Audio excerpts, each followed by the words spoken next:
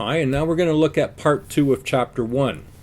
Now, historically, we can look back at ancient Greek philosophers like Socrates and Aristotle for some of our, initial exploration into what we know as psychology.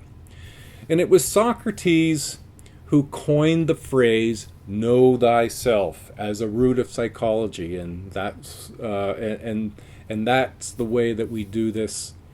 What he would do is sort of called introspection, or the careful examination of one's own thoughts and emotions. In order to achieve self-knowledge, it was Aristotle who argued that human behavior, like the movement of the stars and the motions of the sea, is subject to rules and laws. And in his book, Parapsyche, Aristotle covered topics including personality, sensation and perception, thought, intelligence, needs and motives, feelings and emotions and memory. These are all topics that we're going to cover in psychology. So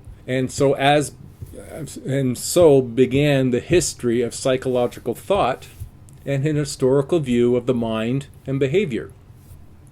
So we're going to begin our exploration into the roots of psychology by reviewing the development of psychology as a laboratory science. Now, I don't mean that in terms of, it's not real. I mean in terms of studying psychology as a science. And during the second half of the 19th century is where this started to emerge as psychology as a science. So let us begin. Our historical perspective of psychology will review several individuals and their theoretical view.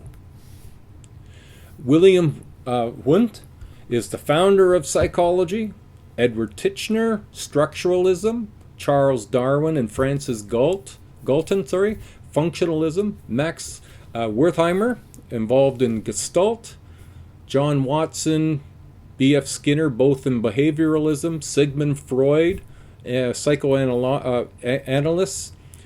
Abraham Maslow under humanistic and cognitive psychology. We've got biological perspective, evolutionary psychology, and sociocultural perspective.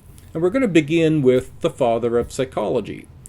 In 1879, German philosopher and physician William Wundt performed an experiment to measure the lag time, the instant a person heard a sound and the instant they pushed the button indicating that they heard it. Now, his experiment was so significant because it was about the workings of the brain. It was the first attempt to study mental process in a quantitative, number-based counting manner. He also developed the technique of objective introspection, which involves the process of objectively examining the meaning of one's own thoughts and mental activities. It's a bit like creating a diary where you write down your thoughts as they emerge and you don't edit. You just keep writing. And that's introspection, and being able to do it objectively means you haven't edited it. You just keep it there, and then you look at it later, and you sort of try to evaluate what your thoughts were and what their meanings were and what was the attitude and beliefs that you had. One of Wundt's students, E.B. Titchener, wanted to search for the basic elements or structures of mental thought. This approach to explaining thought, though, through looking at structures, became known as structuralism. The most common way to study these structures was through a process known as introspection, where the subject was asked to report on their thoughts and feelings about what was going on around them. The structure, this process was, as you can imagine, it's very abstract. You're not able to say reliably that the person's introspection is 100% on. It's hard to compare one person's introspection with another. And so this was a difficult science to really establish. The view of structuralism died out when Titchener died in 1927. So we can move to functionalism. Now, William James proposed a countering point of view to structuralism called functionalism, in which the way the mind allows us to adapt to stress. Functionalism is concerned with the study of mental processes and their role in adapting to the environment. It was influenced heavily by Charles Darwin and his book on the origins of species and the means of natural selection. Francis Galton influenced the study of individual differences and what role genetics or inheritance had on the mental abilities. Functionalism influenced the modern fields of educational psychology, evolutionary psychology, and industrial and organizational psychology. Now, these were the early stages. Now, Gestalt psychology was founded by Max Wertheimer in the early 1900s, where Wertheimer criticized structuralism and introspection approaches unscientific. It was hard to measure. It was hard to determine the rightness and wrongness and the accuracy. Gestalt psychology argued that the brain takes stimuli and arranges them into meaningful wholes, or gestalts, which are greater than the sum of the parts. Now, Gestalt psychology can be demonstrated in some really neat ways. I've put on the board behind me some of those examples of how they can be looking at. If you pay attention at the written part up there, go ahead. Surprised, eh? Yeah. So one of the things that's important here is that Gestalt psychology suggests, and it was later research confirmed, that our mind is programmed not necessarily to see the world as it really is, but in a way that is useful for us to understand it.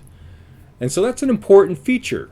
It helps us explain why the way I and my brain sort of organizes the stimuli out in the world and allows me to see the things that I see the way that I see it and have the meaning might be different than yours.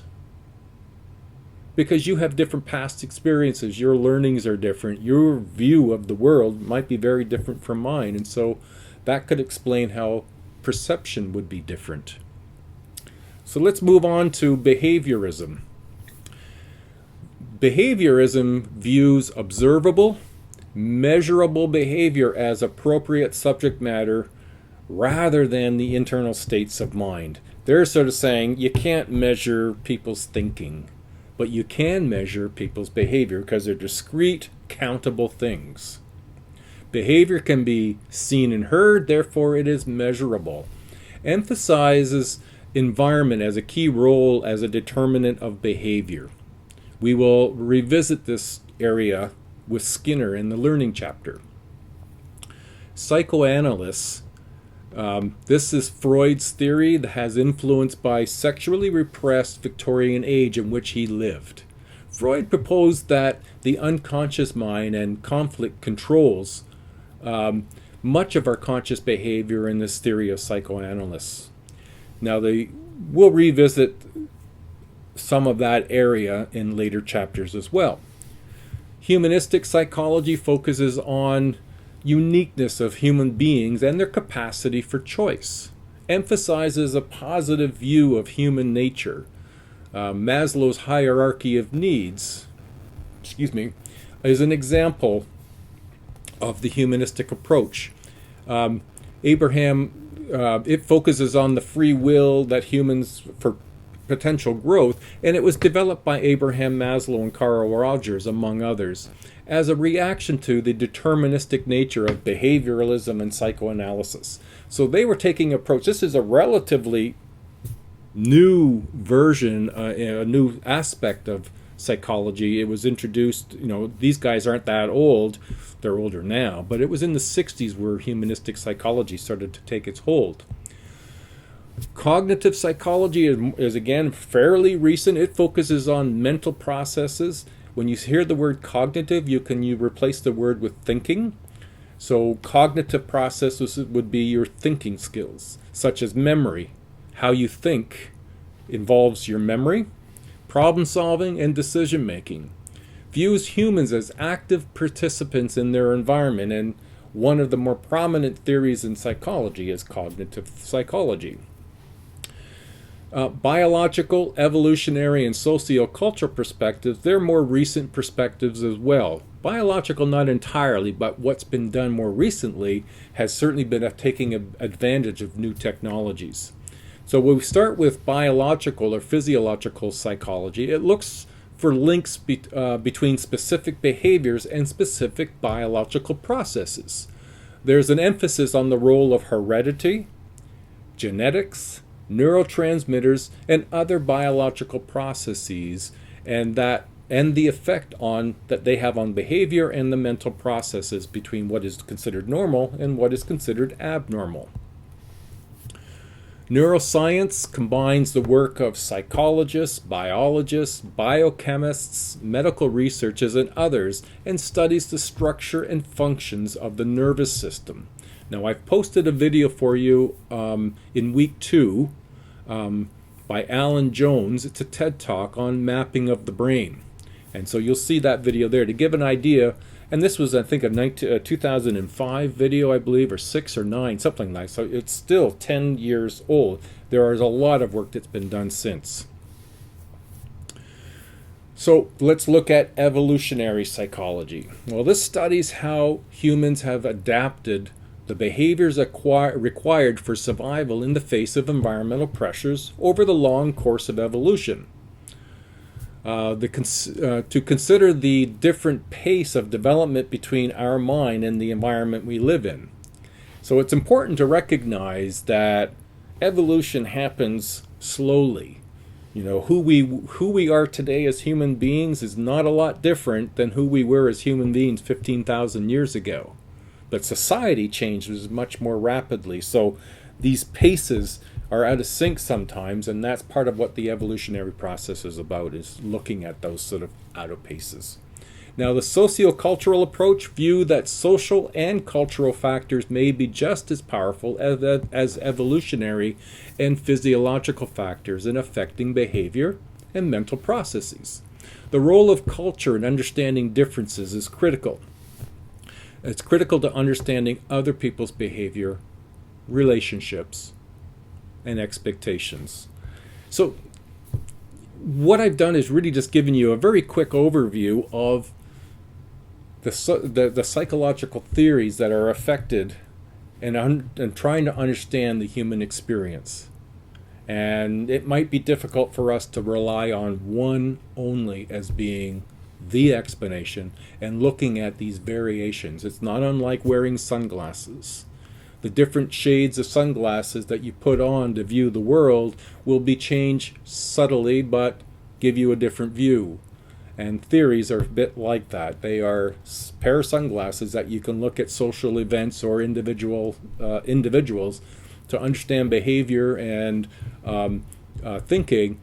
Put on another set of glasses and you see a slightly different view of that perspective. And that's what theories are like. All right, here we go. We're well on our way. Good luck, everybody, and we'll see you next week.